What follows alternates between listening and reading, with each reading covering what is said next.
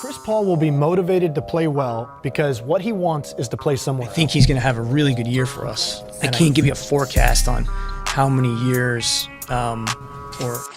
안녕하세요, 썬더팬들입니다. 오늘 영상은 앞서 올려드린 샤이의 인터뷰 영상에 달린 크리스 폴에 대한 이야기를 보고 그간 귀찮아서 번역하지 않고 방치해놨던 영상들을 편집해봤습니다. 첫 번째 더 점프 영상을 선택한 이유는 이 영상의 패널로 나온 로이스 형이 OKC 담당 기자이기도 하고 그나마 OKC GM인 프레스티와 많은 이야기를 나누는 기자이기에 좀 더 OKC 입장을 잘 알지 않나 싶어 편집을 해봤습니다. 그리고 두 번째 영상은 러스의 트레이드가 마무리된 후 7월 26일에 프레스티가 기자단들과 가진 인터뷰 영상입니다.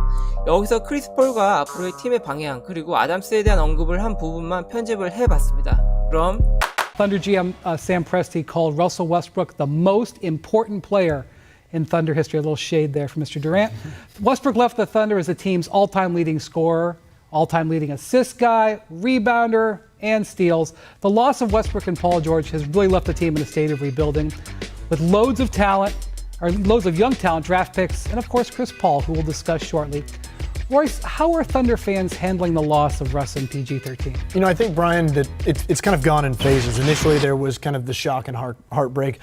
Obviously, the Paul George trade came as a complete surprise to everybody, was completely out of left field. The Westbrook trade had a little bit more of a build-up to it. People understood that there was most likely something coming there. So kind of that process of rationalizing and kind of stepping back and bargaining with yourself took highlights are fantastic. Place. I'm sorry. You know, he's the best YouTube mix guy there is by far. And I think right now, Brian, what's sort of they're in the phase of is kind of the FOMO phase. While everybody's talking about training camps and what teams are going to look like in the Western Conference, and we're all talking about how wide open it feels. The Warriors are not the Warriors anymore. Who's really the favorite? There's 5, 6, 7, 8 teams that can compete, and the Thunder would have been in that group with Paul George and Russell for a decade.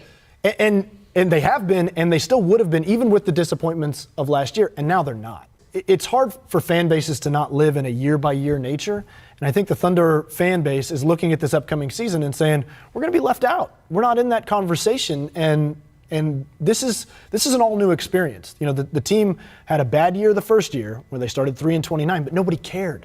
It was all about seeing Kobe Bryant come to Oklahoma City and play a professional basketball game. That's what mattered. This is the first time to step back and see a team that's, one, not going to be as competitive and also not as exciting. You know, I think that's something else people took for granted. Russell Westbrook is an exciting player.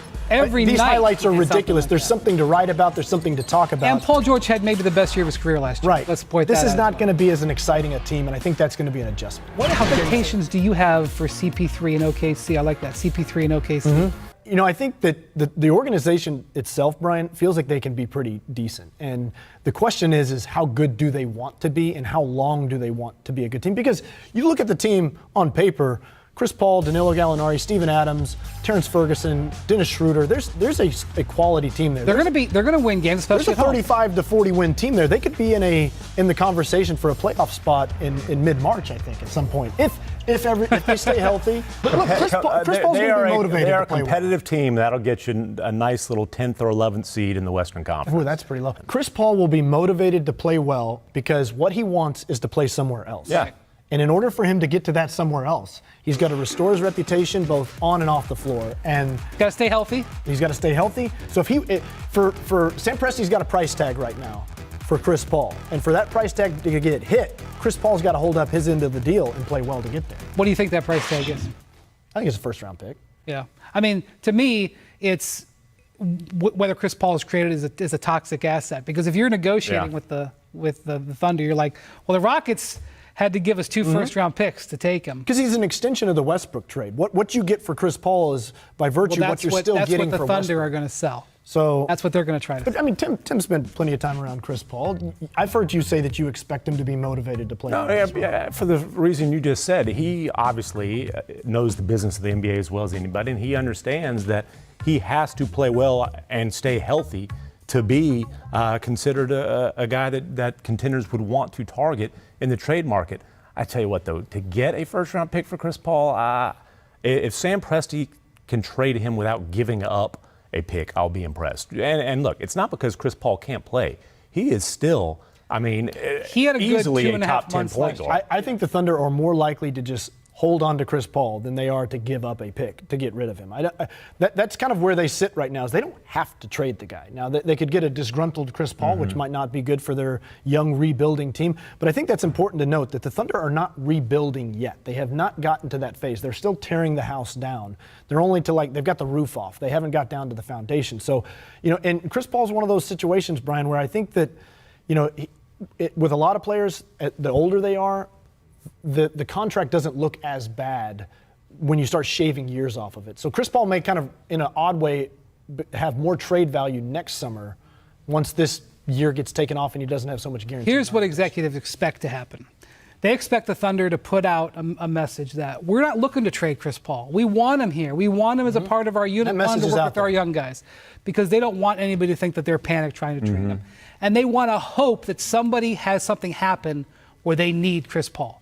So like today, Tim, could you even see anybody in the market right now who's like, oh, I think I might want to call about Chris Paul? Yeah, once it didn't happen with Miami, then it was very difficult to kind of envision, okay, where is a potential destination for him. I'll ask this though: does Gilgeous-Alexander, who is their best asset in terms of player on the roster right now, does he benefit from playing with Chris Paul, kind of being around him, or does Chris Paul being there stunt his development? Because to me, I want to hand the reins to Gilgeous-Alexander, and let's have the future of the franchise, get that on-the-job training of being responsible for running that team. Because don't forget, they still have Dennis Schroeder. I can't give you a forecast on how many years or anything like that, especially after we've some of this transition we're going through right now. But I would say that we're excited about having him here. He's excited about the opportunity here. And I think he has an opportunity to really impact the team in a positive way.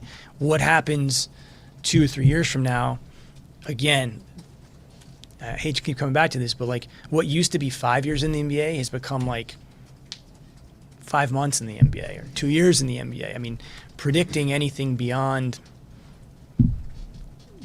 2 hours in the NBA and what it's kind of become and evolved to, I don't know the answer to that. But I do know that I think he's going to have a really good year for us, and I think that he's excited about the opportunity to have an impact on the team. I think we've put ourselves in a position to have a lot of different options as a result of the transactions that we've been able to make. But I wouldn't necessarily say that we've started that process. I think our focus right now is on the team that we have. It's going to be a different iteration of Thunder team than we've seen over the last several years. But I would just say that we're going to take a very long view to make sure that we're putting ourselves in position to have as long a run of success in Oklahoma City as we possibly can and not shortcut that process. Obviously, the most important season is next season, and we want to maximize that season the best that we can, but not at the expense of continually and aggressively making sure that we're repositioning and replenishing the team so we have a platform and a runway for the next great Thunder team to take shape. That I don't think those things are mutually exclusive. I mean, again, I think there's opportunity for everybody on the team going forward because there's a, I think that there's the story of next year's team is completely unwritten, and I think that's kind of the, it's kind of the intrigue to me is to sit back and watch this collection of players and how they come together. I think a player like Steven, I would hope continues to get better. I've said up here, I feel like I'm repeating myself over and over again with him, but he's taken small steps forward. Every season he's been here. I'd expect him to do the same next season. And maybe there's some things that obviously there'll be significant changes, like our 2 best players are not on the team. So, I mean, everybody's game should change, in some way, shape, or form. And where that goes, I mean, a lot of that's up to Steven, and a lot of that's up to the coaches, and I'm excited to watch the development of that.